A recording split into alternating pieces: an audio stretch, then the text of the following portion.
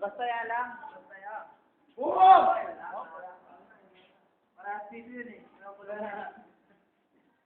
Grabe naman yun. Ano yun, sila po sa probinsyano yun eh. Yan ka lang ah. Ako mo. May pang nakakalabas eh. Oo!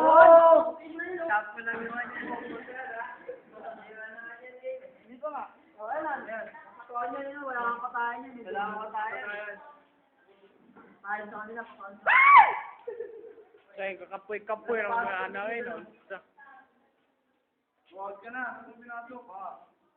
Ay, man. Dito lang naman eh. Wala ka. Buhay mo mali.